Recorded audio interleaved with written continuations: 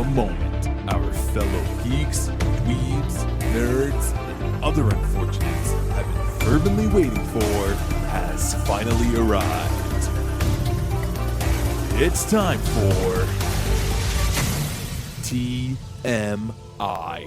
Confessionals of the Nerd Kind.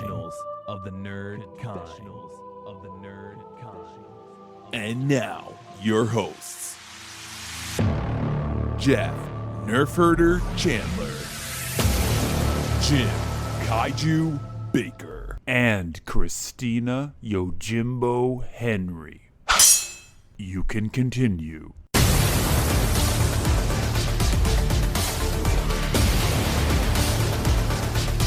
And now, let's get on with the show. Here is TMI. And then they say that because the fast pass causes a bottleneck. So in most cases, it actually makes the line longer when fast pass is So it's negative advertising. Fast pass is anything but fast. Unless you're in fast pass, unless you have it. But, you know, for the regular people, the regular schmoes, it actually makes your experience worse when, you know, they stop the line so fast pass people can get on. Yeah. That's why you get it, right? So that's why you get it. Yeah. But because of the distancing and the lower capacity, they say it's not needed at the moment. So interesting. Well, that's cool. Now, is this where because I just saw this, what is this Marvel thing that just opened? That is in California. So we are not going to see is it? Yeah, they were building it while we were there. So we were in California in 2019 and they had like all the walls up and it said Stark Industries under construction. Oh, yes. I remember you telling us that. Yeah.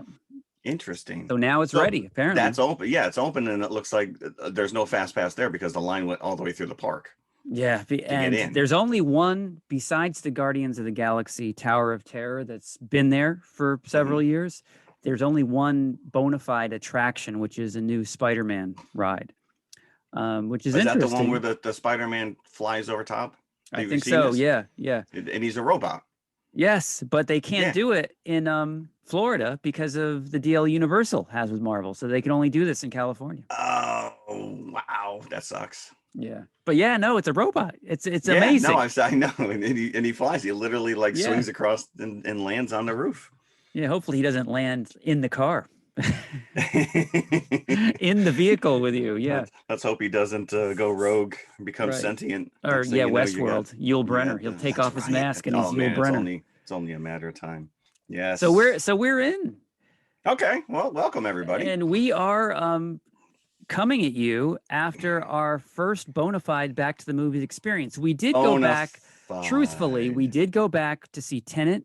We did go back to see New Mutants, but this was not like a back to normalcy kind of a trip. This was like tentative steps back last summer where the theater was pretty much vacant for me and Jeff as well, because we went and sat in the same viewing. So that was an anomaly. But this, I think this is kind of the world getting back to normal. And this was our first movie trip back to the movies with everybody else. It was interesting because this is the first time my Regal is now open again, and you make fun of the fact that I was quite concerned about my Regal Unlimited pass last year and what was going to happen with that. And March they shut down, they stopped charging me, and so a solid year plus has gone by. My movie theater reopened. I go onto the app. We now have pick your tickets, pick your seats. And I paid a whopping 50 cents because apparently my unlimited is still active. But it was 50 cents was just for the convenience fee of buying the ticket online. So I go back in and there's my Clara, who has taken care of me for the last couple of years behind the counter. She knows what I like. And I said, "Hi, Clara, how are you?" "Good, how are you? It's been so long." And I says, "I cannot order popcorn. I just came out of the dentist office. I had 2 crowns put on. And I was forbidden to eat anything crunchy, at least on the one side of my mouth." And I'm like, I can't trust myself to not chew on the right-hand side. And we want this experience to be as full. I was going to plunk on my, because that's where they're making their money right now. They made no money on me yesterday. 50 cents. You know, and you're coming back with everybody else. You want that huge bucket of popcorn. You want as much as you can get. I know, I did. You know, and like I said, yes, we did go back for Tenet. We did go back for New Mutants. We even went back for Godzilla versus Kong. But it wasn't like this. For some reason, this those was different. we had to go out of the way. Those we had to go out of the way in order to see. This is my hometown, 2 miles down the road, where I know everybody by name. I actually ran into the manager, and we sat there talking for quite a bit.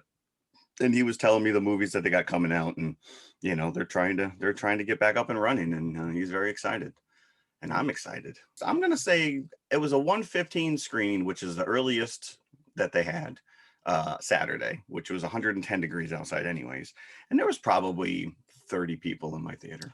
Yeah, my theater was jammed. Now, I saw this, to be fair, on opening weekend. So about a week ago now, I saw, and we are talking about A Quiet Place too. I was going to say, we haven't even mentioned what movie we saw. Yeah. And so I went to my local, wasn't Regal, but it was my local in New Paltz, New York, where we used to have an ad, actually, until our money ran out. That's right.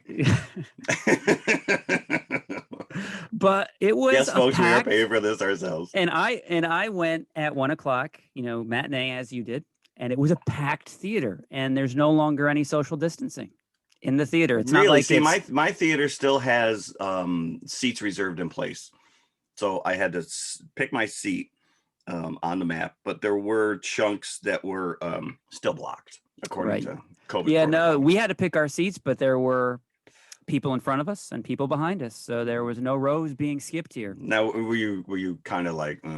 I was. I like it better when we had the 6 feet between us. I was, especially when those popcorn coughs start going off. Oh yes. Somebody sneezed in my theater, and that was one of the biggest jump scares in the whole movie. Oh. I don't know if it just caught people off guard or if everyone was like, COVID! Did you give him the stink eye or her the stink eye? No, I kept front and center. I didn't even acknowledge that there were people next to me. I was so happy to be in my seat. J10 is my seat, because obviously my first name is Jeff, and I was born in October, so J10. There you go. Now, are you very upset when you can't get that seat? I get close enough to it. I do have a sweet spot, but then there it was. It was waiting for me. Yeah, it was good. It was nice. So it was an experience, and we will detail this for you. Yes, a little bit later. But before that, do we have news? We do have news, but before we get to news, what are we pairing up with A Quiet Place? Oh, Quiet Place 2 is going to be paired up with another post-apocalyptic type movie with monsters. Yes, bigger monsters. Bigger monsters. Yeah. Reign of Fire. That's Matthew McConaughey and Christian Bale. Yeah, a cult classic. Time has been kind to Reign of Fire. Yeah, didn't get a lot of press or attention, I think, when it was first released. Well, we'll get into it, but I think part of that has to do with the fact that 2002, it was up against the second Harry Potter. And second Men in Black as well. Oh, Men in Black. I was thinking Pirates of the Caribbean? Did some research, and on opening weekend, it came in third behind Road to Perdition and Men in Black 2. Interesting. Okay. And again, I mean, pre-300 Gerard Butler. I forgot he was in it. I think he forgot he was in it as well. And his teeth weren't in this. This is pre-300 teeth. Maybe he did. And I think literally he had 300 teeth in the film 300 because you saw them all. Oh, my. All right. Well, before we get there, let's do a little bit of news and then we'll go quiet. Geez, Jim, your guy James Bond has found a new home. Have you heard this? I have heard this. I don't think it's going to matter much one way or the other. It's not like the production or the creative team is going away. No, but it's just amazing that Amazon has purchased MGM Studios in their entire backlot library for $8.45 billion. I guess money well spent. You've got the entire James Bond franchise, Rocky, Tomb Raider, which I don't know if they've been able to figure out what to do with this movie. RoboCop, and you got a bunch of TV shows. It's just, once again, it's all these streaming services that are trying to bolster content. Yeah, and I'm surprised that like a bigger magnate hasn't scooped up MGM already, because they've had a troubled history in terms of ownership. I remember back in the late 80s, early 90s, we only had 2 Timothy Dalton James Bond movies. Some may think that's a good thing, some may not. We would have had more, but they were also having ownership issues back then. So this has interrupted the series in the past. I don't think that this is going to make people go out and get Prime. I mean, at this point, who doesn't have Prime? It was probably a good 2 years that I found out that my wife had Amazon Prime, but she had never utilized or even knew about the video content that was available until we got a smart TV downstairs. And then it was like, all right, you're paying for this. We need to take advantage. So it was basically for the free shipping. For the free shipping. What you were using it for. Yeah. So I wonder if there's a lot of people like that who have Prime, but just don't take advantage of the video aspect. It is there to be taken advantage of. Yeah, I mean, they've got a nice library. I mean, it's improved. You know, I've had Prime for several years, and I remember when I first got it, I was not impressed with the lineup that they had, apart from their originals. But now it is massive. Yeah, and it's just, I mean, that's basically how I end up watching most of the video on demand movies is through Prime. Yeah, yeah. So just by, you know, happy accident, a lot of the movies that we choose to cover happen to be on Prime. So that's interesting. But like you said, I don't know. Well, the one thing I will say, which is go back to James Bond, because we are waiting for No Time to Die. No Time to Die. Well, any more time and he is going to die. It's been forever, right? This thing has been bumped back to like everything else. Could this now drop on Prime? We'll see. We'll see what their formula is going to be. Let's see. Let's stay with the movie news. Sony is making a standalone Kraven the Hunter from the Spider-Man universe, and they have cast Aaron Taylor Johnson, who this is like a trifecta now.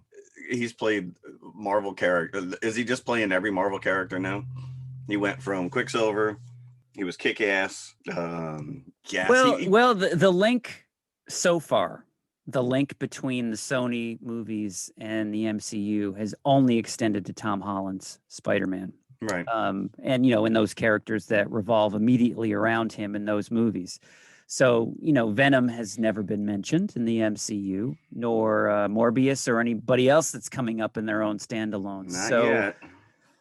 But, you know, he's an actor. He takes on different roles. I know. I just feel like there's a ton of other people out there and they just keep going back to the same well. There's so many MCU characters now. It's like, it does feel like they're going to have to start repeating people. They're going to run out of actors. Right. Eventually. So, I don't know anyone else who's well, no, that's not true. JC Chandor is set to direct. I don't know who that is, based on a script by Art Markham and Matt Holloway. And Richard Wink. He does look very Craven-esque if you think about it. Yeah, he has bulked up. I go back to Kick-Ass where he was just a scrawny little punk kid. But really, the character of Craven is like B-level at best, even in the Spider-Man books. Would he really garner that much interest? Well, apparently so. They're making a whole movie about him. Whatever happened to the Sinister Six that they were? I know they had a whole slate scheduled, which included unless that's where they're going with this third Spider-Man by bringing all these villains but no, that slate was part of the Andrew Garfield rollout. So once I think they scrapped him and that universe, then that, you know, it reset the balance. Interesting. I don't know. So anyways, yeah. So he's going to be our Kraven the Hunter. And we'll see if we care one way or the other. This is right up your alley, especially because we just talked about Army of Darkness. There is a new documentary dropping on July 27th called Hail to the Deadites. And it is all about the fandom around the Evil Dead series. All right. Well, that's good because I think they have pretty much exhausted every making of on all of these issues and reissues and 30th anniversary Blu-rays. I've seen many documentaries on the making. I can't watch anymore. There is a trailer. I thought regardless, even if it was, you'd still watch it. There's a trailer online, and maybe we'll share it on one of our social media feeds. And yeah, I mean, if you're into this universe, it looks like these fans are crazy. July 27th. I mean, I don't know if it says on demand, so I don't know if this is going to be video on demand, if it's going to be paid or if it's just drops on some service. I don't know. The nature of the Evil Dead films demands fans that are not probably playing with a full deck. So I would be very disappointed if everybody was very straight-laced and serious in this documentary. You need I'm crazy sure there's going to be a fans. lot of people dressed up as Ash with chainsaw hands. Oh, absolutely. The only thing I have to bring this up because I heard it after the fact. Okay, so the same week we reviewed Army of Darkness, we reviewed Army of the Dead, Zack Snyder's new zombie heist movie. And we didn't talk about this, and it's blowing my mind because Snyder has confirmed it, but there are 2 zombies when they get taken out are clearly robots. Yes, your silence stuns me. No, I did read this. But to be fair, when we what? When we reviewed Army of the Dead, this hadn't really surfaced yet. But neither one of us caught that. Yeah, but why would we? I don't know. I mean, someone did. Someone at some point saw this. I guess there's sparks coming out of its eyes or out of its face. And it's like, but why? You're wasting. Once again, with this movie, it's like you throw all these ideas out there, but you don't capitalize on any of it. Why would you even do that? Why would you take somebody, an artist who now has to render that, spend hours for a throwaway scene and not explain it? And how do you even get robot zombies? Yeah, but obviously this is a setup.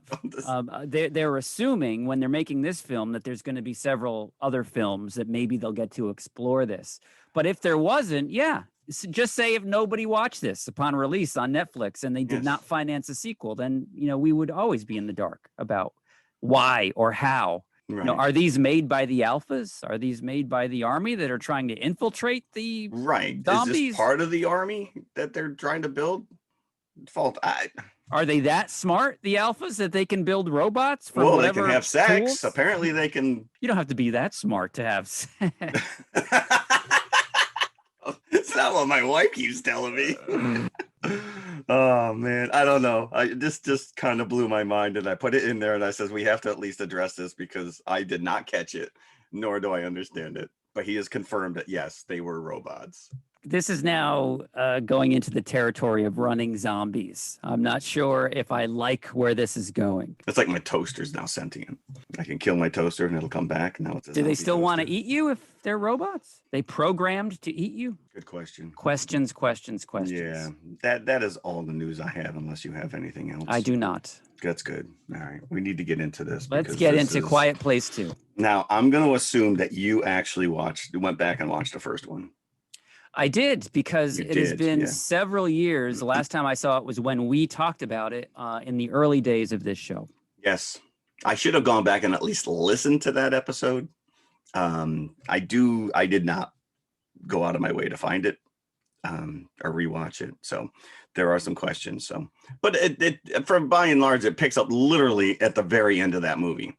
This is pretty much just an expansion of the first one without really going into new territory, I would say. No, because we don't find out anything. We found out at the end of the first one how to kill them. So now we know how to kill them. It doesn't go beyond that. I actually refer to this as A Quiet Place Part 2, a bigger paycheck. A bigger paycheck. Yes. Well, there will be a part 3, so maybe, just maybe. Yeah, see, because Krasinski, I mean, I've seen interviews, and I think even at the beginning of the movie, during that movie, they did a little behind the scenes, and he had no intention of making this into any kind of franchise. His first movie was a one and done. That was it. He told his story, but of course it made a ton of money. Studio probably threw even more money at him and said, give us another idea. And so he did. And now he's got a ton of ideas, which I guess could potentially play out in a third. And there's a spin-off movie in development. So we now have a whole universe where we have to deal with these aliens. And it almost seems, watching the first movie and now the second, that they've kind of back-ended the story of this family into like a post-apocalyptic alien environment. It almost seems like the aliens are an afterthought. They're necessary to create the world where this family, who happens to have a deaf daughter, and they all know American Sign Language, of course, to communicate, and that becomes a key part of their survival. Right. So it almost seems like the movie was based around the genesis of that idea, and then maybe they thought, well, where do we need to put them for this to happen? I know. Aliens that can only sense you by hearing you. So, right. This is where your skills really come to the fore. So it almost seems like, and I said this about Bird Box, which was the Netflix, it almost seems like they're co-opting a sci-fi horror element to tell this family story. The characters are really well fleshed out, but the alien aspect of the first movie was just so undercooked that and they weren't really in your left me face. wanting more of that part of it. Yeah, I don't remember. I mean, these aliens are like all over the place in this one. Where in the first one, I don't remember seeing them really that much. No, they were until, like, they were few and far between in the first one. Yeah, and this one, they're like I said, bigger paycheck. Let's just throw you aliens left and right here. Now, this one does give you a little bit of John Krasinski's character, even though he died at the end of the first. Spoiler alert. Spoiler alert. Oh, yeah, by the way, if you have not seen this yet, we are going to spoil it. So. We're going to spoil it. John Krasinski's character, who is the father, he is killed. Lee Abbott. He's killed at the end of the first one after the discovery is made that intense sounds make these creatures vulnerable enough that they can be killed. Give them some speaker feedback, feedback, or radio feedback, or what have you. Yeah. So many questions after this. Now, you do see a flashback at the very beginning of the sequel, the first day one. Yes.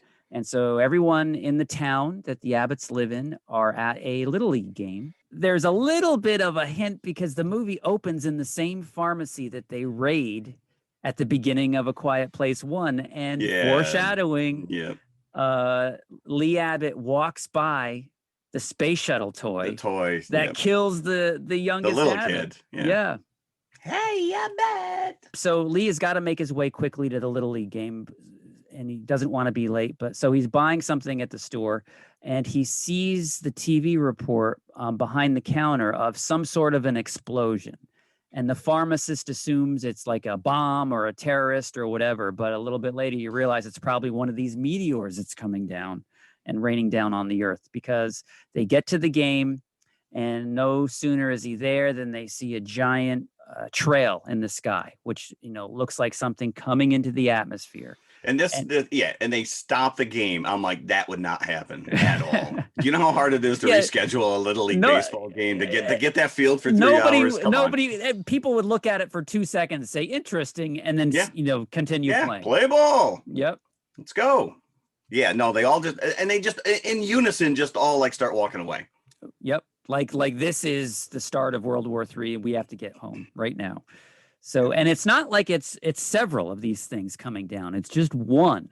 Right. And it looks like it's coming down pretty close. And as a matter of fact, Lee stops to chat with the policeman as everybody's getting in their cars. And the policeman says that they've got EMT crews on the way to the crash site, like as they speak. Right. And so no sooner than we get this nugget of information, and boom. And this is a pretty good jump scare. That we get the first jump scare was when he was going to get into the truck and somebody blew the horn behind him. That was the first. It actually made me jump, because now you're on edge. Now because this whole scene is what you see in the trailer, which I ruined if you watch the trailer, which I had, which I did. So the scene with the mom in the car, and they split up. The daughter goes with the dad in the truck, and the mom and the two boys are in the car, and she's trying to calm him down. Of course, she turns around, and now this bus is just careening toward her, and it's all her point of view, and she slams on the brakes and is now backing up while this bus is just thundering towards her, and then the creature's crawling out. And we get these creatures large in charge right in your face. So these things waste no time, apparently.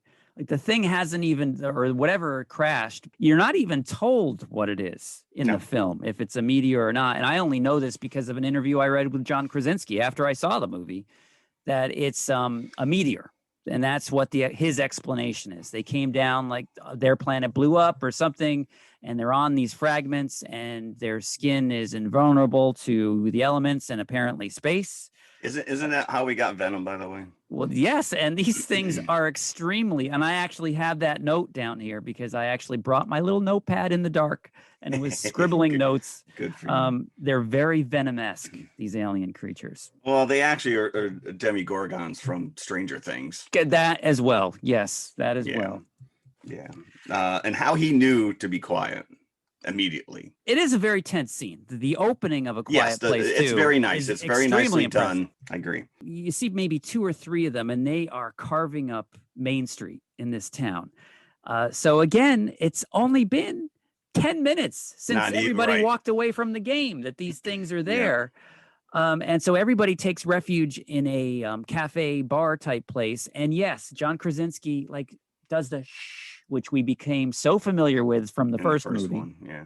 And then you see the shadow of the creature outside the window, not sensing them by sight. And then once one of the guys inside the cafe makes a noise, suddenly, the little girl's phone goes off. The creature attunes to it and jumps through the window and starts killing everybody inside. Yeah. So they're just angry. Maybe they just don't like baseball. Or they're just so sensitive to sound that everything just hurts them. Just makes them mad. Because, so many questions going through my head during this opening scene. What is their modus operandi? Are they eating the people that they kill? No, it does not seem that is the case at all. They just want to take over. I don't know. It's not were they just mad they were stuck on an asteroid for all that time? Yeah, it's not like they're organized or they have intelligence. No, you can't control an asteroid as a vehicle and then land and say, oh, we're going to take over this planet. I know that, and they all center on the Earth. It's not like you're driving the thing. Yeah, I don't know. And the thing is that we found out in the first one they can't stand water, which is taken right from M. Night Shyamalan's signs. That water is their downfall as well. Noise and water. So why arrive at a planet that is more water than land? Right. Then that question also came up in signs. Why come here? It's so funny that you mentioned Bird Box, because Bird Box is derived from this concept of the first movie, but this, especially once they get to the island, this refuge, so reminded me of Bird Box at the end, where she makes it with the kids and there's a whole society of people who are blind, and so they're immune to the aliens, which is right. So that was a watered down version of Quiet Place to begin with, and yet somehow this feels like it was derived from that. So day one, as we said, is what we see in the opening moments of Quiet Place 2. Then flash forward to the timeline after the first film, which is day 474, I believe. So you're in this about a year and a half.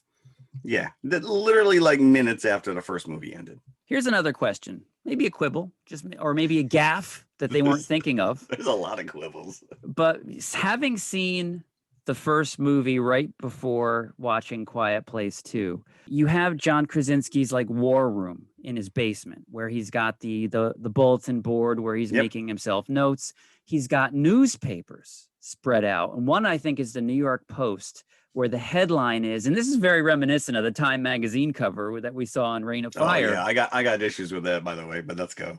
So there's a New York Post cover where the headline is, "It's sound," with exclamation points. I want to know where he bought that newspaper. If on day one, right, his town is destroyed, and who's printing newspapers after day one? That's the same concept. That's the exact same note I wrote about the Time magazine and Reign of Fire, because Time is published in New York City, but the cover is New York City in ruins. I'm like, talk about being under pressure, get the press hot off the presses from the air. The photo is from the air, and So who took that picture? Who printed this, and who got it out to the newsstands? So same question. Yeah. Same question. Yeah. In Quiet Place. Yeah. So we pick up with the mom, and then the two kids. Marcus is the boy. Regan is the daughter, who is deaf, and she is this actress, Millicent Simmons, is deaf in real life. She did a great job. And this is even more so than Emily Blunt. This is her movie. This is interesting Reagan's because movie. Emily Blunt is really it splinters. And this, I will say, there's later in the movie you have three different storylines going on, and by the time you get to the end, the two like it's literally shot for shot as it's playing out in different, and it's brilliant the way that he jumps between these three storylines, and that they almost seem to gel together at one, everything's happening to him at the same time, kind of a thing. I really did like that. I think from the editing and the filming aspect, he does some really nice things with this.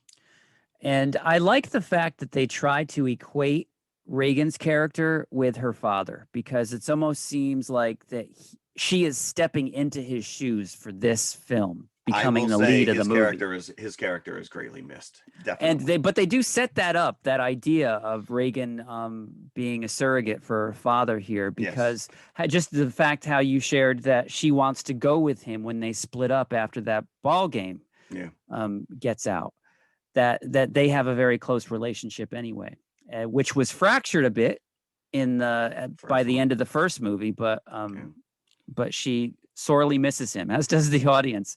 What's funny is that, so when we're back at the ball field and we're introduced to Emmett, the neighbor, Cillian Murphy.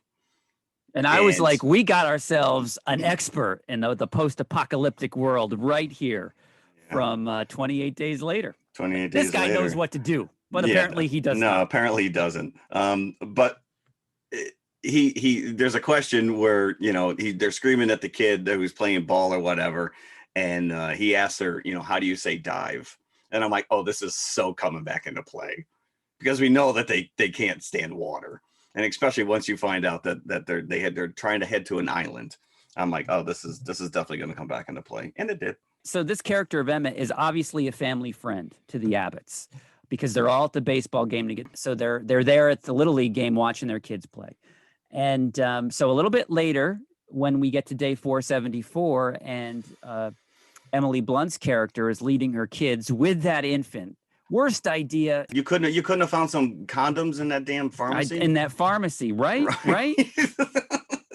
Because they go back like 3 times in the pharmacy. If there was ever a reason to use protection. I snore. I would have died the first night. Forget it. But they just doping that kid up with oxygen. Like, that's all they can do. And so trying to keep the baby quiet in the scene where the boy, we jump ahead a little bit, but he gets his foot in a bear trap and he's screaming. And all I could think of is, do you remember the last episode of MASH where Hawkeye has a breakdown and he's telling the story that they're hiding in a bus and the enemies are walking through, and there's a lady and she has a chicken. And she ends up like muzzling the chicken. He's yelling at her to shut up the chicken. At the end of the episode, you realize it wasn't a chicken; it was a baby. She killed her baby in order to be quiet. And that's all I could think of was I don't remember that, and I'm glad I didn't until this very moment. Sorry. Oh, that stayed with me. What constitutes noise, really? Because these things are so highly attuned. I would think that anything you do, a heartbeat, would maybe set these things off to hear you. Yeah, and what's funny is that my wife and I were watching the first one again before we went to go see the second one. And during the scene, especially in the beginning where they're walking from the pharmacy and the kid has the space shuttle toy, and you see the family's feet and they're all barefooted as to not make noise. And my wife's like, they can't wear socks? They have to go barefoot? I'm pretty sure that Krasinski has a serious dirty foot fetish, because you see a lot of that in this one as well. Just bloodied feet. And I'm like, they must be prosthetics. They must, just like Hobbit feet that they put on. I mean, sneakers, come on. Are sneakers really going to make that much noise as compared to bare feet? Maybe like those ones that you pump up, but they're all barefoot. Good point. That bear trap scene was very unnerving. I have a healthy fear of those stupid things growing up. Yeah. So apparently the bear trap, because the family sets out from the house once we get into current times. So Emily Blunt leads her troop out, and as they're going through a field or some kind of it's an old factory of some sort. It's like an overgrown factory. So they're walking through the weeds, and the son steps into a bear trap. And apparently it was set by Cillian Murphy's character, Emmett, who has taken refuge in this factory. And he doesn't help them. So he's actually watching them approach. And you already know that he knows who they are.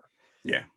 He does not warn them that they're about to walk into a bear trap if he is the one that laid it. And we assume that he is. As well as the booby trap with the tripwire that dropped down the jingling bottles. So he allows the kid to walk right into his bear trap, and the kid, of course, starts to scream. That was the worst part of the movie. That would have broken his ankle. That goes on. He screams for a long time. I screamed, and all I could think of is if that was my son, I would be like in tears. Emmett is forced to go and gather the Abbotts and bring them into his hiding place. That's only after he witnesses them actually kill it.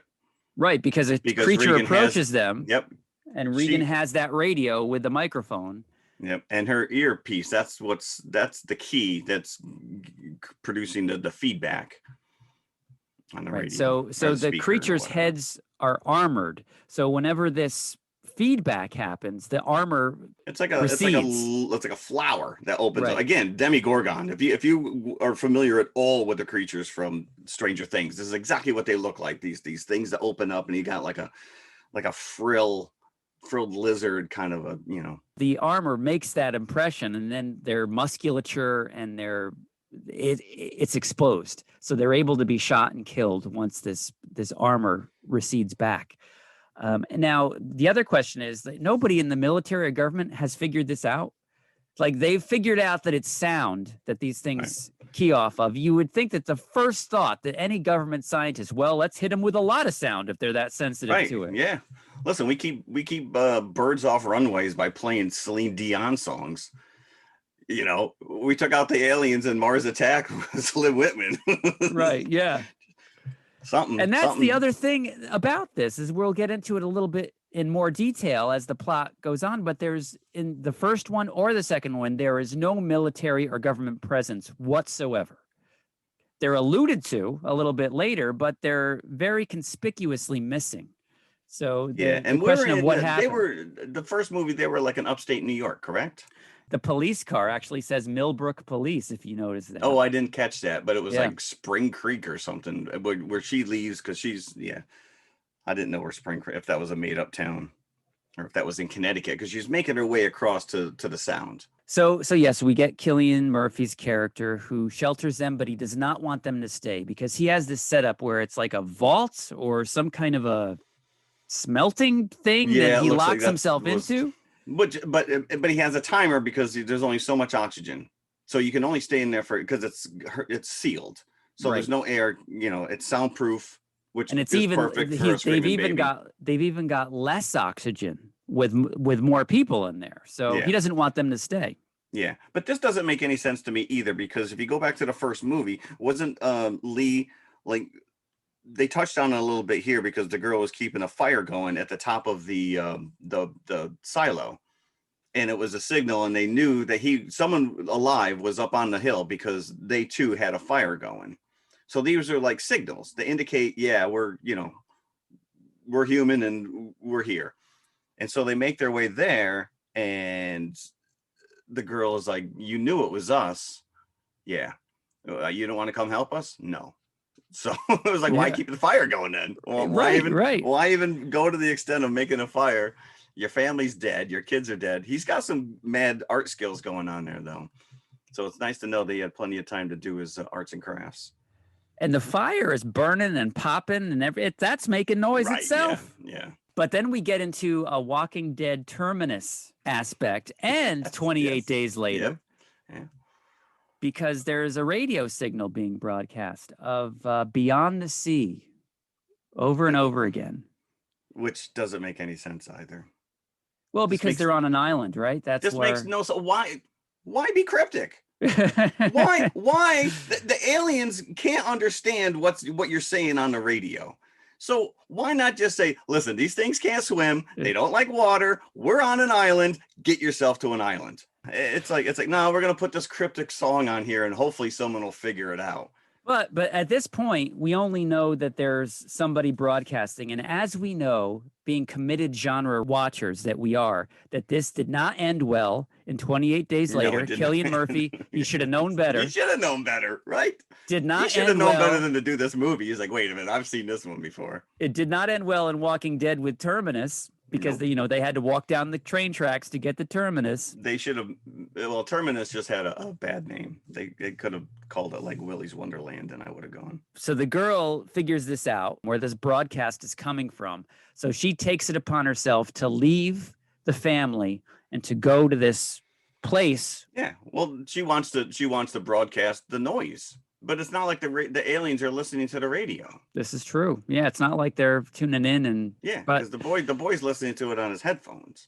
So once she goes, and then the mother realizes that she's gone, she pleads and begs Emmett to go get her, and he does not want to do so, but conscience gets the better of him. Well, yeah, and he does. Yeah, and you knew that was coming, because she crawls into an abandoned Metro North car on the train tracks. And there's a couple jump scares in there with birds and dead bodies. And sure enough, here comes a creature, and she's cornered. She can't get a. Well, she did shoot him once, but it wasn't enough to kill him. Right, but then and then Killian takes he comes to the rescue again. How does she know she's not making noise? But yeah, so now you got these 3 different storylines going on because the baby's running out of oxygen.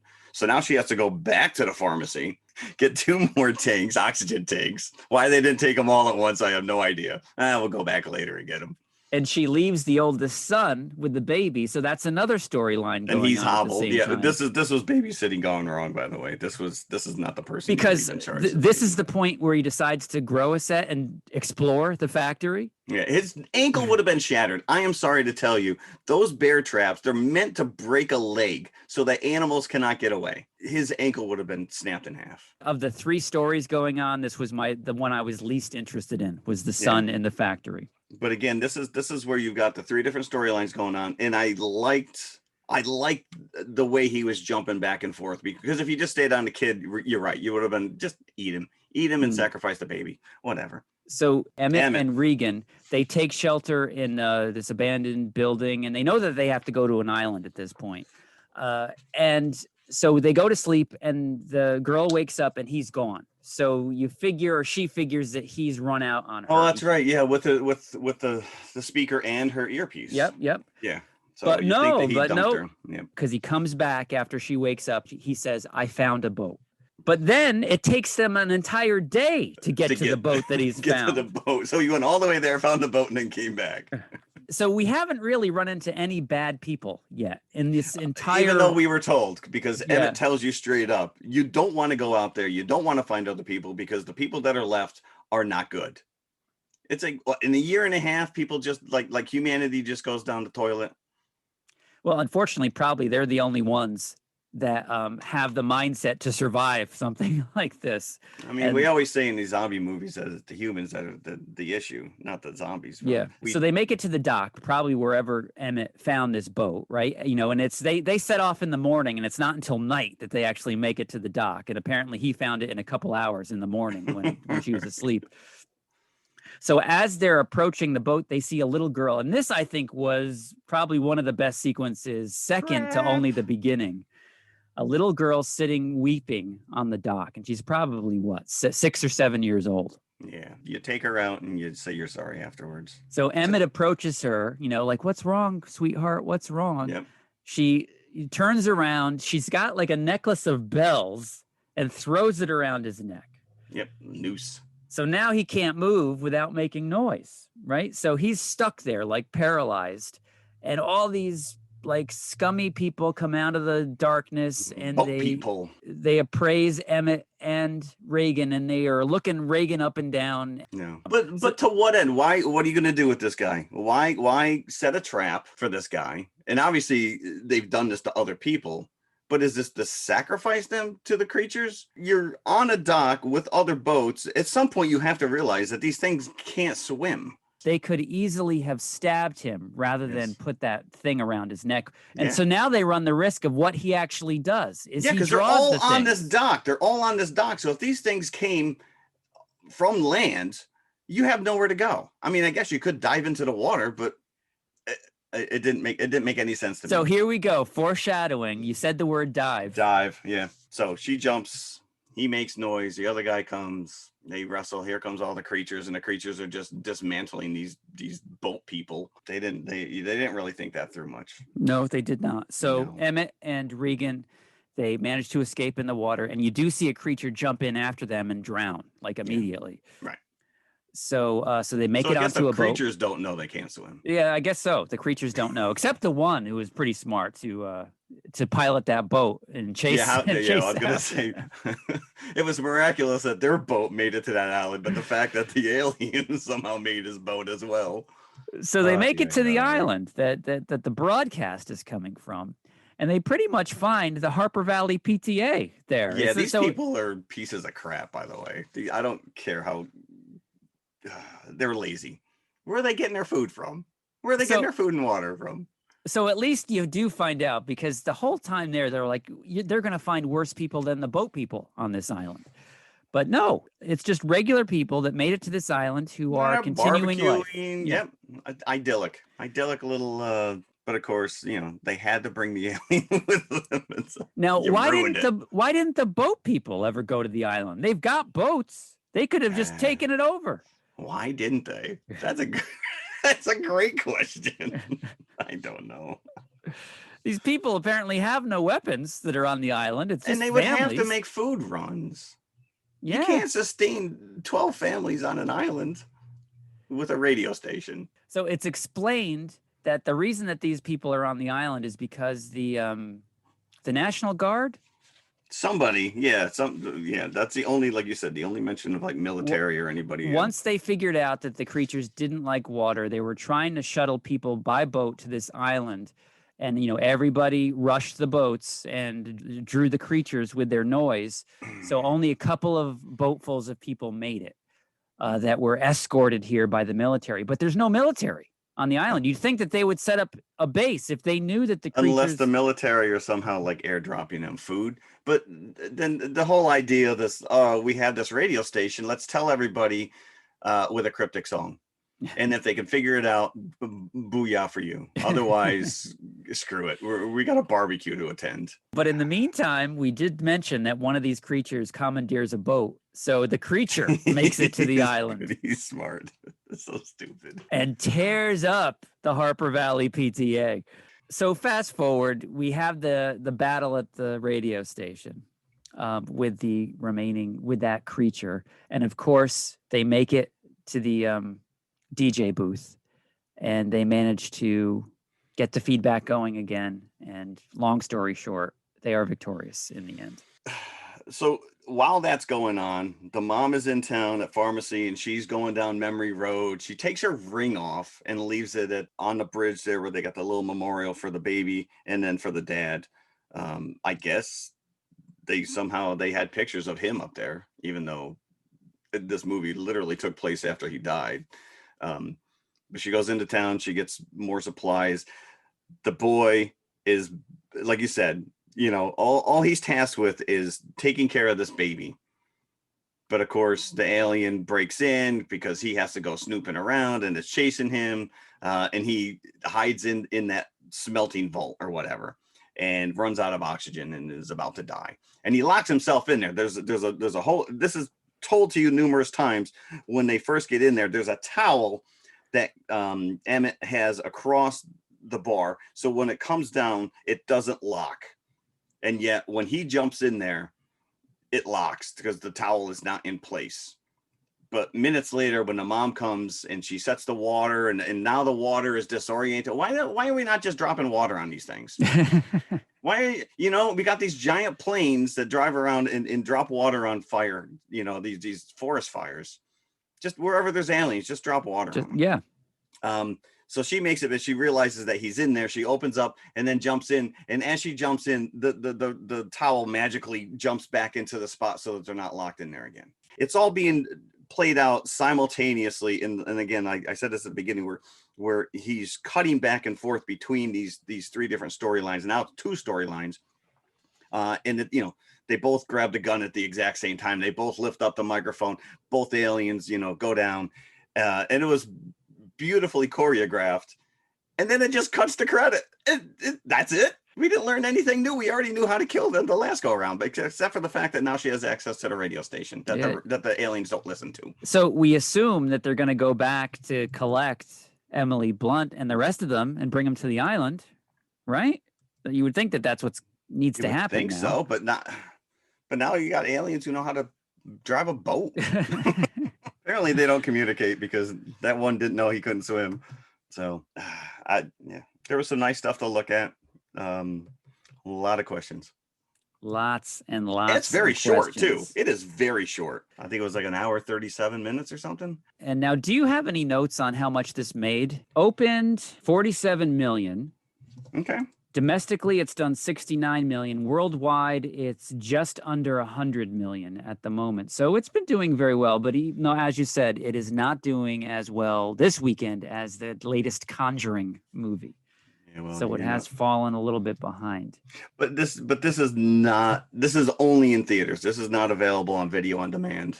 Interestingly, they struck a deal with Paramount Plus. It will be showing on Paramount Plus after a 45-day window in theaters. Yes.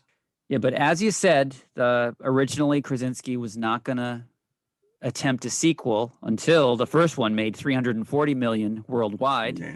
So they changed his mind. The studio did. Yeah. Money will do that to you. And yes, spin-off in the works as well as a third film.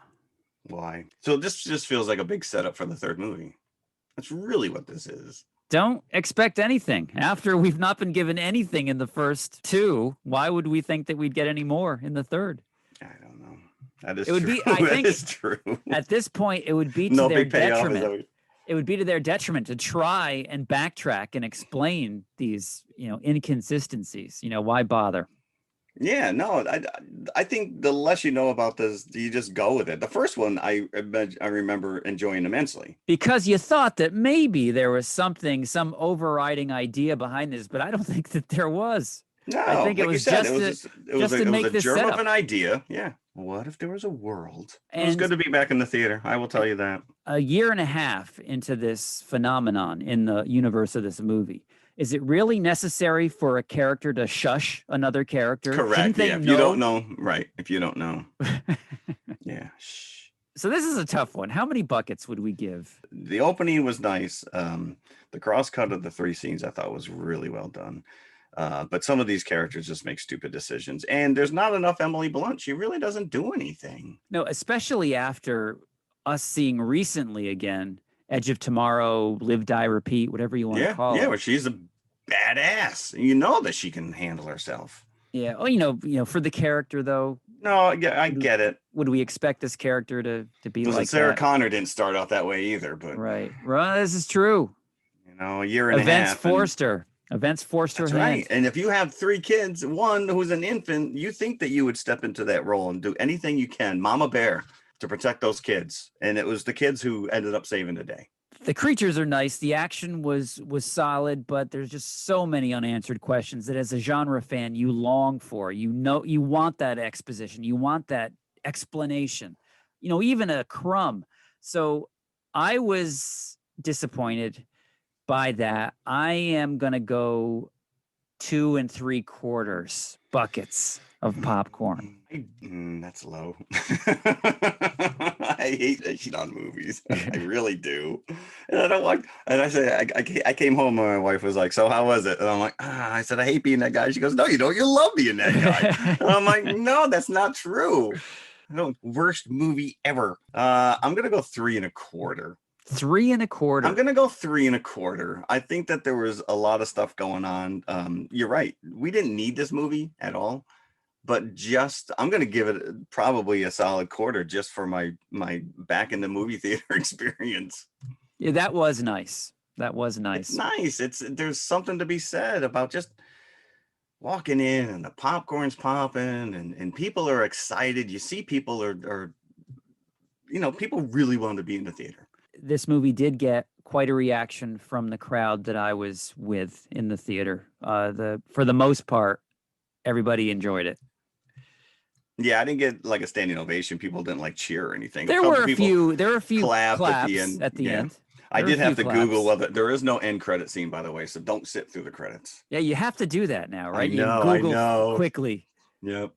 And you know what's funny is that when you Google that, an article comes up that doesn't tell you until about 4 paragraphs into the article. Right. Just tell me. That's my public service announcement. There was no end credit. No setup whatsoever. It does just end. It just ends. It comes to a screeching halt. I mean, it's a nice exclamation point, but it doesn't advance the story at all. We already knew how to take them out. So hopefully all these aliens start listening to the radio. Yeah, because at the end of the first one, you got the impression that they were going to be able to work it out somehow to like kill them en masse by using. Why would you not just walk around with this radio on all the time? Yeah. Just walk with it. And that's in the feedback. After a while, listen, I have tinnitus in my ear. I ring all day long. If you want to survive, you deal with it.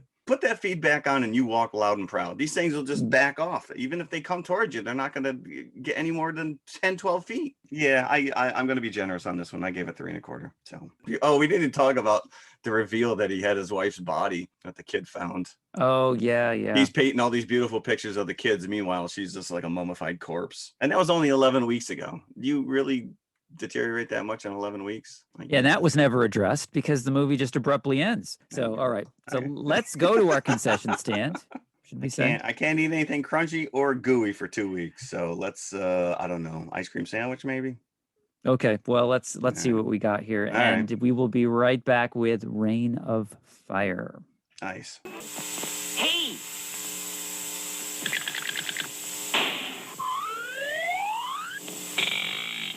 They're ready, folks. Visit our refreshment stand right away for delicious orange crush and all kinds of good things to eat. Any age is the right age for a hamburger. You want more? Well, it looks like Fun Burger time. And for that extra taste treat, top it with the goodness of golden mellow cheese. A cheeseburger, put together just the way you like it. A man-sized meal everybody enjoys. And now, on with the show. Okay, we're back. We are talking about the 2002 Reign of Fire. Yeah, this does kind of wear its B-movie status on its sleeve.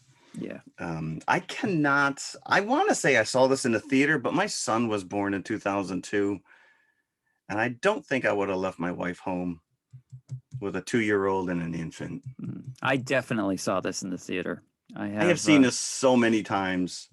As a matter of fact, when I popped it on the other night, my wife's like, "We have not watched this in ages." So this was very much a go-to. Yeah, me too. I haven't seen it in a long time. I got the Blu-ray for this occasion. Okay. Shocked that Gerard Butler is in this. Had no memory of his character or him being in it at all. Yeah. And are there Touchstone movies anymore? Does that even exist at this point in time? That's a good question. I don't know. That was like a Disney subsidiary. Yes. Yeah. Maybe they don't need it at this point. Yeah, I don't know. Gerard Butler. Well, Christian Bale. Was this after American Psycho? This was after American Psycho, pre-Batman. Yep. So he was, and it was only a year after American Psycho. So that's what audiences really knew him as at that point. And McConaughey, like, what was he coming off? 2002. I'm trying to think what. This was before the McConaissance, as they call it.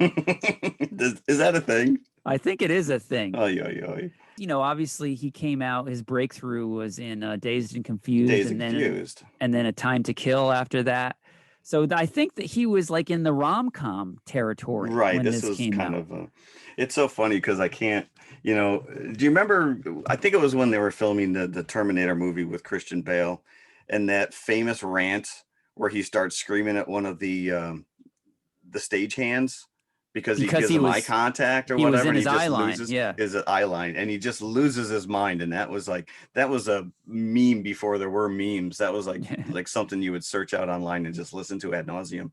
And I can't get that out of my head because this guy's a little too full of himself. His characters, and I guess in reality, he's very highly strung in most movies that you see him in. But he said, listen, if I'm living in a world where, we're battling dragons, I'm not going to be at my tip-top physical shape. I'm not going to be getting my nutrients. I'm barely going to be hanging on. So he wanted to be like gangly. And then when McConaughey stepped on the set and he's all buff, he's shaved his head and he's all like monstered with tattoos. And he's like, we have to fight each other later on. He says, and I can't. So then he had to go out of his way and bulk up so that he looked like he was a little more formidable against Denton Van Zandt. And McConaughey is chewing up everything in his path. Do you know that he actually, on set or off, you could only refer to him as his character? You couldn't call him Matthew or Mr. McConaughey. The two of them are just, two alpha males going at each other, chewing up the scenery. We get the apocalyptic situation, much like A Quiet Place. It's already taken place when the movie starts. So we get a voiceover.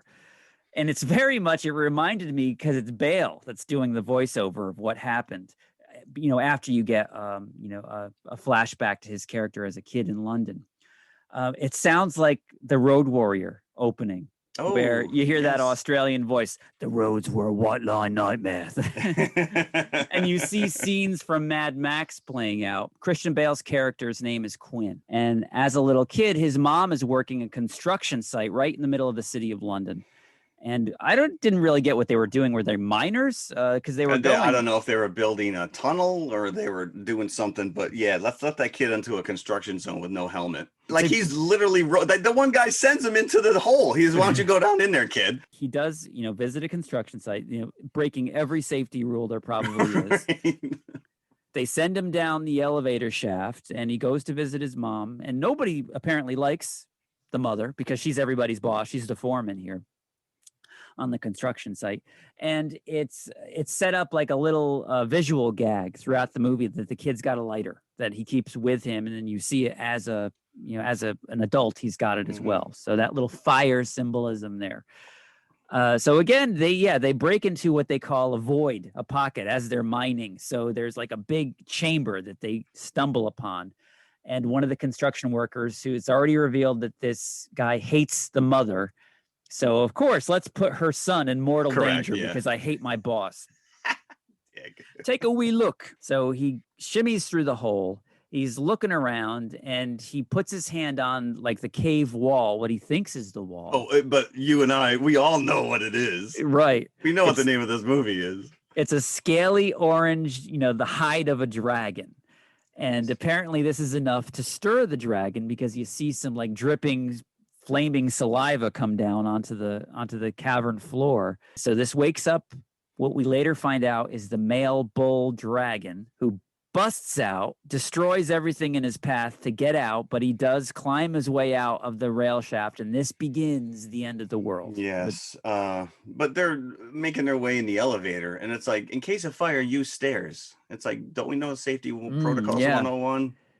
And of course, the mom has a helmet on, but still dies. He doesn't have a helmet on and survives.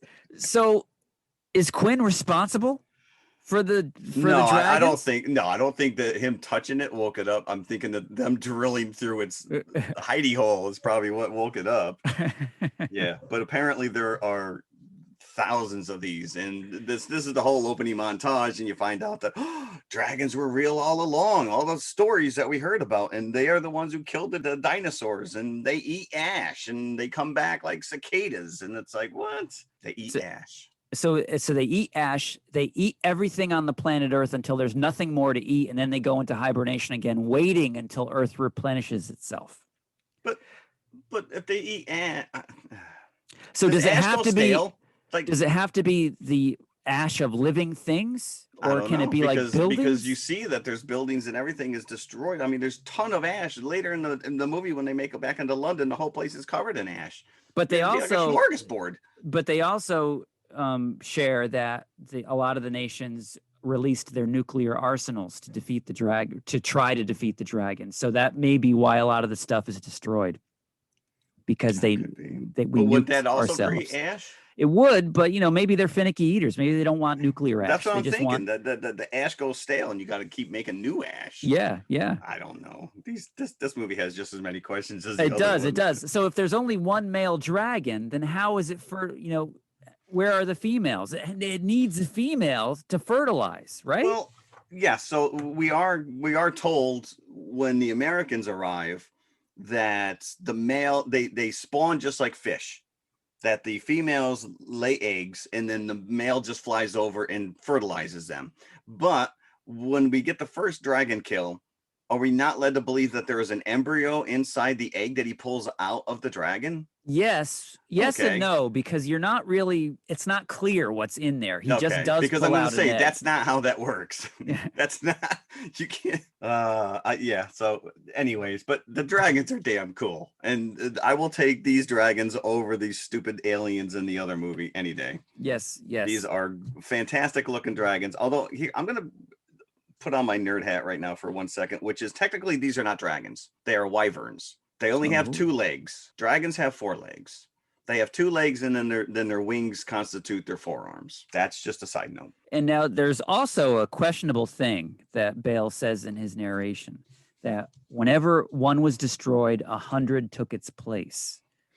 So that's not really elaborated on. I think that's just hyperbole. That's just him like, I just killed one and then there's another one. Right. Yeah. But this is also where we get the Time magazine, which was the New York City in ruins, the end. And it's like, where did you publish that? You're in New York City. Hot off the presses just before we got killed. Yes. That was the last issue he got in the mail. He had a subscription. Yes, correct, right. So this is only 2008 is when the first dragon arrives, and then we cut to present day, which is 2020. So it's only been, apparently that's a bad year in this universe as well. Apparently, yeah, they saw that coming. Yeah. But we're introduced to the adult version of Quinn without a shirt on, the obligatory shirtless scene. Yes. Well, like you said, if McConaughey's doing it, I want my shirt off too. Yeah. But it makes perfect sense. If these things are burning everything in sight, a castle is the perfect place to hole up. Although it did burn eventually, but at least it's fortified and made out of stone, most of it. Although you do get the sense that there's some kind of not gasoline, but some kind of substance, because it's a very interesting thing, the way that they present the dragon fire, how there's two glands that you see. Yes. And the combination of these chemicals actually creates the fire. I think the same idea, you see it in the Harry Potter movie dragons, you see it in the Game of Thrones dragons, you even see it in Godzilla, in the legendary Godzilla. Yeah. That exists in nature. Bombardier beetles actually create like some kind of a substance, and that's what it is. They have secretion glands on either end of their mandibles or inside their mouths, and when it's combined, it creates this substance. When the bull dragon shows up at the castle and just eviscerates it, you get the impression that maybe it wasn't just a fire, that he's dousing it with some of his chemicals, his flammable chemical to really set it off. Yeah. But being a card-carrying Star Wars geek and a half, I know you had to appreciate the. Oh, absolutely. As a matter of fact, I was talking with somebody, and this is the first scene that they bring up, right? Which is So obviously, 2020 kids are not able to just pop in a VCR or a DVD. So they're reenacting a scene from The Empire Strikes Back as Luke Skywalker, and this is where we're introduced to Gerard Butler, his character Creedy. And they call Vader it they don't say Luke and Darth Vader, they call it the White Knight and the Black Knight. Black Knight. Yes. Although it's obvious what they are supposed to represent. Oh yeah, and they're making the lightsaber noises too as they, right. But it's a stage play, and the kids are all like, oh, when they hear that, I am your father. Yeah, so that was a nice moment. The other great moment is when Luke, quote unquote, gets his hand cut off, and Butler actually shows the kids that he didn't really cut off his hands. Yeah. Sleight of hand. We're introduced to this society that's living underground, that are, eking out a living. And we already have people that are disgruntled down there because Christian Bale's Quinn, he's the leader of this group. And they are farming outside, and was really the only color that was brought into this movie, were the red tomatoes. Which is weird because because this guy Eddie, who wants to mutiny, and he's like, we got to go and harvest this now, and Quinn's like, you can't because it hasn't matured yet, and we're not going to get seeds for next year.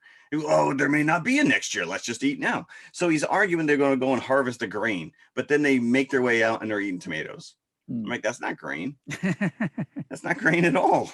Yeah. And of course, bad decision leads to a dragon coming. So, do they have a tuned hearing as well? It could be. I don't know. Because they're out there in the middle of nowhere. And yet, but they're driving around in vehicles. That has to draw someone's attention. Quinn ends up having to rescue Eddie after they make this attempt to steal all these tomatoes because they have bags that they're going to make off with. So Quinn shows up after the dragon attacks, and they manage to rescue a few of these thieves. But Quinn at one point says about the dragon, he's not interested, or she, as we later learn, she's not interested in us. She only wants the field. So, okay, note that they eat ash. Right. So wouldn't burning a human make ash? I don't know. And if that's the case, then why would these dragons chasing them all over the place in the sky? Like it didn't care. It shouldn't care. But I did like the fact that they were in like full on fire hazard suits. And then almost immediately after this, we get the character of Van Zandt. I always thought it was Van Zandt, but no, it's Van Zandt. Yeah, Denton Van Zandt, which is a pretty damn cool name. Yeah, it is. It is. But he gets top billing. He doesn't even show up until 30 minutes in the movie, which is interesting because only a few years later, I think Bale would be the one to get top billing in this film. Yeah, you'd never get these three guys in a movie now. You'd never be able to pay for it. But he's leading a group of American commandos that have flown across the Atlantic, and they keep this away from Bale. I don't know why, but they don't tell him their true purpose there. What they want is they figured out that there's only one male dragon, and if they destroy him, then it's not like a vampire where if you kill the head vampire, then everybody dies. Right. There's still a world of dragons if they destroy the male, but there can be no more if they destroy the male. Yeah. And this male, when you see him, he just completely engulfs the smaller ones. Like it just is massive. But it seems like at the end when they confront it, it's pretty much the same size as the one they take down in the field. Yeah. It's no bigger, but you do see it flying, and it is absolutely mammoth. But this is where you get one of my favorite lines, which is only one thing worse than dragons: Americans. And they just, and of course the Americans, and again, you thought that Bale was chewing on some scenery. Then comes McConaughey, and he's just chonking at. And he's literally chomping on it like a stogie. He is. Yeah. Yep. I did read that he shaved his head at the last second, only because he was starting to lose his hair. But that's a damn cool look. He's got the beard. He's got the long beard. He's got the tattoos. He's got the bald head. Yeah, I would not be happy seeing these guys show up on my doorstep either.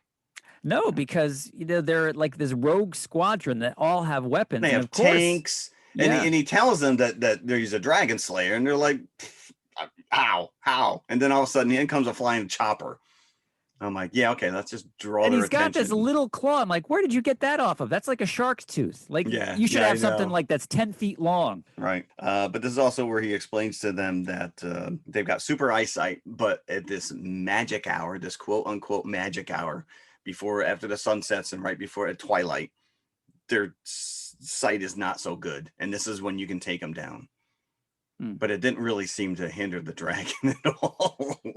They don't choose when the dragon attacks you. It's not like you have a choice of when to take them down. You get accosted by a dragon, then you got to fight whatever time of day it is. Right, but I guess you can confront them. That's I don't know. Yeah. But couldn't they just park those tanks out front? Why'd they have to bring them into the yard? It's like, come on, I just mowed. But as no sooner do they get there than there's an attack by a dragon. Sure, because the dragon's following them. They got a helicopter. They take him out, just as Van Zandt promised. He is a dragon killer, so he takes this one out, but not without some of his men going down as well, because they explain that they're bulla men, which means they're net men. So what they do is that they using GPS tracking technology, stakes. They're like triangulating some 3D scans. And they have these parachutists that jump out of the helicopter to actually net them midair. Doesn't go quite well with this dragon, though. So these guys are killed with the exception of one of them, but they still manage to harpoon it in the mouth, which kills it. The townsfolk in this castle, which I can't think of a better way to describe them, they've never seen a dragon taken down. So they have this huge Matrix 2 style party in the night, and McConaughey breaks it up. Yeah, I don't blame him. It's like you're wasting all this electricity on and fuel. The chopper's just doing like flybys in celebratory. It's like, why are you wasting fuel? What are you doing? And he comes in, go ahead, have your little soiree. But didn't the helicopter pilot tell Quinn that they don't have parachutes? She did. Yeah, it was like a suicide mission. But they had parachutes, right? Yeah. Why are you lying to me? So then it's revealed to the rest of the characters that they are looking for the one male, and that they figured that it originates in London. And Quinn knows firsthand. I don't want to go to London. I'm not going to London. Yeah. Nope. But and he doesn't actually share with them that he actually saw the first male on day one. And that's funny because at one point when they're trying to make her way, you see him. He's literally flashing back to the opening of the movie. We know we don't need to see this flashback to know what the conflict. But McConaughey just turns around and he's like, hey, use it. And he's like, how do you even know what's going through his head right now? But it doesn't matter because you're right though. This whole movie is like devoid of color. Everything is just ash except for the fire of the dragon and the tomatoes. And of course, there has to be a Van Zandt versus Quinn fight at one point. Well, yeah, they got, because now he's not even like, he's looking for volunteers to go into London. And of course, Quinn's like, he doesn't want any of it. And he's inside and someone goes, you got to come out. It's chaos. And it's not chaos. He's having a rally saying, listen, I need men. Come with me. And so Gerard Butler and his teeth are the first two that sign up. We'll go, all of us. Did he say 6 or 60 that actually volunteered? There's no way. I think like 6. I don't think 60. That would have been the entire male population. So 6 volunteer. And then he says, okay, the volunteer phase is over. Now I'm recruiting you. And that's when Quinn comes out. That's when he gets mad. And tries to fight Van Zandt. And of course, Van Zandt has to pause to take off his shirt before the fight begins. Of course. Hey, listen, you know what? It's probably in his contract. It probably is. Both of them. Van Zandt gets the better of Quinn pretty easily because why wouldn't he? Because he's the military guy. And they have all these recruits, these volunteers. And of course, they run into some traffic problems on the way to London. Why did the chopper pilot who's flying ahead of them not tell them that the road is blocked? She waits until they all get up there and they're completely, and she's like, I don't see any way around it. Well, you're in the sky. You could have seen this like a mile away. And is this even a surprise to them that the traffic, the roads, the main roads going into a major city are going to be blocked? Yeah, and I loved it because when all hell breaks loose and she goes, what happened? What do you mean what happened? It's a dragon. They're sitting ducks. They're all stuck. They can't even back up because they're one on top of each other. This row of tanks and vehicles. Yeah. The dragon just flies right over them and burns them all in one sweep. I think it's toothless at this point. It's like a freaking night fury. Like he just comes screaming and you hear him. Wow. And it's the male. It's the male that is doing the attacking here. Yep. And what Quinn was arguing, Quinn was saying, what's going to happen is that you're going to get attacked, and then the dragon is going to backtrack and come right to where you came from. And that's exactly what happened. What he did. He used his GPS. That castle on the left. All right. So it's after this attack that Quinn gets all the kids down below and Gerard Butler's character, and he never went with them. Now that I think about it, Gerard Butler, he volunteered. He was all bluster, then he ended up staying. Yeah. Then he ended up staying. So he gets fried by the dragon after it attacks the castle, and then Quinn has a change of heart, and then he decides to go with Van Zandt because he knows where the bull dragon is hiding. And you get a great scene when they actually make it to London and they land the helicopter and they're on foot and they see the city in ruins, which is almost it looks just like the shot that they cut from Army of Darkness when Bruce Campbell sees the ruins of London. And it was very similar, the landscape.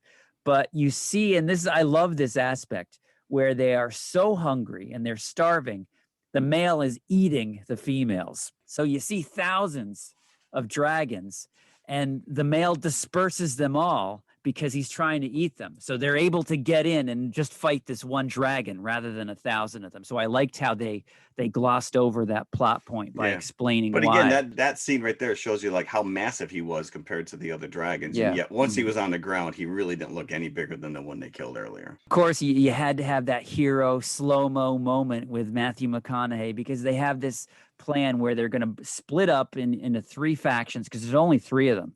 Yeah, the chopper pilot, Van Zandt, and Quinn. And they have explosive tipped arrows. So Quinn has the crossbow, so he's going to take the shot when he gets it. So McConaughey goes up high on one of these because the construction site is still there, but it's in ruins, but it's still there. So he goes up on top of this crane thing, and he does this suicide leap into the mouth, and the dragon. And this was the worst effect in the entire movie because it so looked like it was green screened when he was up on top of that whatever tower he was on when he jumped. Because the dragons are flawless. The dragons are very well realized. They actually won an award for the visual effects on these guys. Yeah, and he gets eaten. He gets eaten in midair. He gets eaten. Didn't see that coming. And then, of course, it can't go flawless after that. Quinn is in his hiding place, and he realizes he has no explosive arrows. So he's dropped them both, and he only finds the one that he has to grab. And of course, miracle shot. He takes the shot and takes the dragon down. I want to see like Van Zandt's arm hanging out of its mouth, right? Or him come walking out of its gut, a la Drax. Right, yeah. Just cutting his way out. The arrow goes right into his mouth and ignites whatever chemicals that they have in their mouths, and boom, it's done. Yeah. You have to think, though, that there's other eggs that have been fertilized. So there's still like a generation of dragons out there. Yeah. And how is it you're creating all these new dragons? Not a single one is a male. True. Yeah. So I would assume, like, going back to the earlier question, is like, how does the male even fertilize any egg if he's the only one? But if there are females that are also in hibernation, that may be his first method of business, is to go find where the other dragons are hibernating. Because that's like that's the life cycle of a cicada. It'll burrow for 17 years, and as soon as it comes out, all it's looking to do is reproduce, which is, I mean, I guess fun, but it's like stupid way to, no downtime in between, nothing. You're either sleeping or humping. And did they ever explain in the voiceover or even in that Time magazine cover how long it took from the moment that male dragon came out in London to the end of the world? No, just that it was 2008, I think, was the timeline when we saw Quinn as a little boy, and to the 2020. Right. So, yeah, it could have been 2 years. It could have been 4 years. It looked like they've been at that castle for quite some time. Right. And someone was, more than likely those kids were all born after the fact as well. Oh, did you read that Jack Gleason was one of the kids in the theater? Joffrey from Game of Thrones. Really? No. Yep. Yeah, he's in the back somewhere, but there was a very unique, is a kind way to put it, close up of a kid, like a reaction shot of one of the kids outside as well. I did think to myself, that looks like the guy from Game of Thrones. So I wonder if he was in more than one scene. I think so. I mean, if you're putting him in that scene in the theater, that you would use him throughout. This made me want to go back and watch Dragon Slayer even more, which is also on Amazon Prime. It is. I did watch it. Yes. Yeah. Yes, indeed. So yeah, we get the male dragon has been destroyed. Van Zandt is destroyed. Quinn is left with the helicopter pilot. So more than likely they're gonna hook up, and he took Van Zandt's axe. Yes. So now, at least, unlike Quiet Place 2, you do get a little bit of closure. They do concede that there's still dragons out there, but I think at the last scene they say, we haven't seen one for 3 months. Yeah, something like that. You assume that now they're really starving and dying off. Nope. And he says, they'll come, they'll burn, we'll rebuild. So you have a hopeful ending, at least at the end.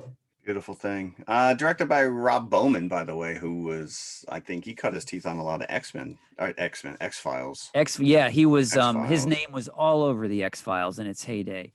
So, and I was looking, he did a lot of TV work. The only big movie that I could find that he directed after this was Elektra. So. Oh, really? I don't think I knew that he directed that. Yeah, he directed that. I could see how that maybe soured him from major motion pictures. But released in the dead of summer, July 2002. It cost $60 million to make. It made $82 million, so it was viewed as a box office disappointment. Well, like we said earlier at the top of the show, there was a lot going on that year. Yeah. So sequel never materialized. If they ever were planning on doing one, it never materialized. It was received well. Lisa Schwartzbaum, who I always used to hate her reviews. She actually gave even more so than Owen Gleiberman. They never used to review movies in tandem. They would take their own movies. Schwartzbaum reviewed this one. She said, "We could do with more grinning, spinning, unself-important, happy to be throwback movies like this one." So, and that is true. That is very true. Yes, it was fun watching it again. Watching it again, I don't think that there were enough dragons. I remembered it being there was more dragon action. You do want more dragons. Because like I said, they are very impressive and they're very well realized, especially for 2002. I mean, special effects were there. The full size dragon was built by this guy Richard Hoover, And it did win a Best Visual Effects at the Sightage Catalonia International Film Festival. Yes, indeed. It was filmed in Ireland. And I mentioned this a couple of weeks ago that another podcast I listened to reviewed this and completely destroyed it. And you said that shouldn't taint my my view of it whatsoever. It didn't, but I'm going to give a shout out to Devin and Luke over at the Last Night I Watched podcast. They live in the UK, and apparently, if you know this area, it was supposed to be taking place Northumberland, England. And if you are aware of the geography, it makes absolutely no sense in where the Americans were coming from, how they came through this town on their way to London. It just doesn't line up whatsoever. But that doesn't take away from it at all for me. It was fun. And these guys are just chewing up some scenery, and you'll probably never see them in a movie together again. You're speaking of awards. It was nominated for the Best Fantasy Film Saturn Award that year. And it lost to Two Towers. So I'll give it that. I was going to say, if you're going to lose, if you're going to lose to anything. And also, there were a number of sequences that were planned for this that were never shot. Maybe that's why there's less dragon action than I would have liked, because of an outbreak of foot and mouth disease. So they had to cancel some scenes, apparently. Huh. Interesting. Too much ash. Too much. Yeah. Yeah. So this has some of the same problems as we were talking about. There's some exposition things left on the table, the Time magazine thing. Although just comparing the two, I am going to go probably 3.5 buckets for Reign of Fire. Okay. And the reason I'm going higher than Quiet Place 2, because they're very similar, end of the world, creatures running amok type movies. Quiet Place 2 takes itself very seriously, yet has all these unanswered questions. Reign of Fire does not take itself very seriously. So in my mind, I'm allowing for more of these questions to exist, because it's a fun B movie. Quiet Place 2 begged for those answers. You're setting up this universe. You're so po-faced about it. Tell me what's going on. So that's why I'm giving an allowance to Reign of Fire. Does that make you feel better? Yes, yes. I want to explain myself. I don't want to seem contradictory. I don't think you have to explain yourself. I'm going 4.25. 4.25. 4.25. Wow. This is about logistics be damned. It's a fun movie. I enjoy it every time.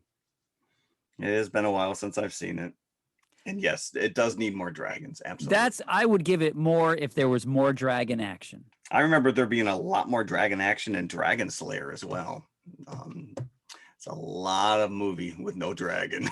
We're going to have to talk about that soon. We are going to have to talk about it because it is on Disney Plus. I think it's on Prime as well. Yeah. So I don't remember where I watched it the other night, but we've not done Dragonheart yet either. No. So there you go. Quiet Place 2 got us back in the theater. I hope we'll get back there again soon. Soon. Did you see the trailer for Jungle Cruise? I saw that before Godzilla vs. Kong. I saw the trailer. Okay. For This is the first Cruise. trailer I saw for it. We will be covering it. Yes, we will. And I know what we're going to pair it up with. I can't hardly wait for that. I know. It's going to be a good one. But no, you're right. Black Widow is going to be coming before Jungle Cruise on our timeline. July. Yeah, July. We might be in the theater a couple times in July. Yeah. Next week's episode is not in the theater, though. I think it is playing, but not mine. I will have to watch it on video on demand. So what are we watching next week? We are watching, believe it or not, a Jason Statham movie, Wrath of Man, directed by Guy Ritchie. So we are going to go down the Guy Ritchie rabbit hole and pair it up with Snatch. A Guy Ritchie special next week. Yes. And also, well, we can't forget, first episode of Loki. Loki, yeah. That's coming out this week. That's this crazy. Week. That just like that. We talk, we just made it through Falcon and the Winter Soldier, and we're like, oh, we gotta wait like another month and a half, and now it's here. Here it is already. So yeah, we'll be talking about this is gonna be. I have no expectations for this whatsoever.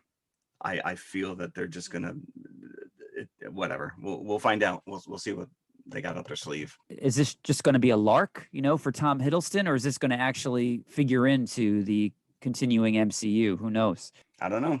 I guess we'll find out. Cool. All right. All right. Yes. Well, thank you as always for tuning in. We should have done Wrath of Khan. Wrath of Khan, Wrath of Man. I will never get to watch a Star Trek movie on this show. No, that's not true. That is not true. Yeah. I will watch a Star Trek movie. I know. There's too much history though. You start getting into the movies without. All right. I'm gonna hold you to it then. Yes. Eventually. All right, kids. Thanks. Bye. See you next week. Hello, everybody. If you liked the podcast you just heard, then please follow TMI on all of our social media outlets. First and foremost, email us at tmipodcast2018@gmail.com. That is tmipodcast2018@gmail.com. And you can follow us on Twitter at TMI_podcast2018. Stop over, say hi, give us a compliment. We'd love to hear from you. Awesome. Make sure you follow us on Instagram as well, which is also TMI_podcast2018. And of course, we are on Facebook, facebook.com/TMI Podcast 2018. And it should be noted, we also have a community page, so join the forum. And if you like to watch YouTube, you can see us at TMI Podcast 2018, all one word. Look for the popcorn bucket. Popcorn bucket. Or you could just go to our website, which has every link there, TMIconfessionalspodcast.com. And we'll see you at the concession stand. We'll save some popcorn for you. You don't have to be that smart to have sex. It's not what my wife keeps telling me. Hey, I bet.